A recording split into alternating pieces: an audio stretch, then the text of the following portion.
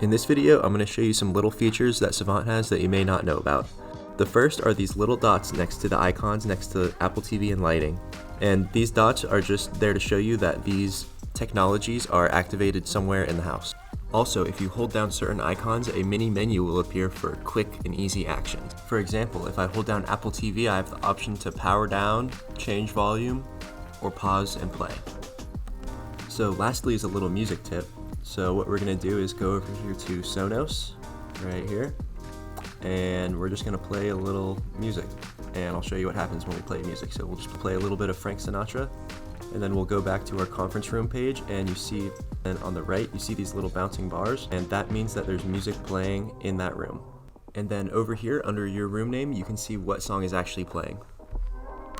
If you enjoyed this video, please subscribe, and to learn more, visit our website at www.theaudiohouse.com.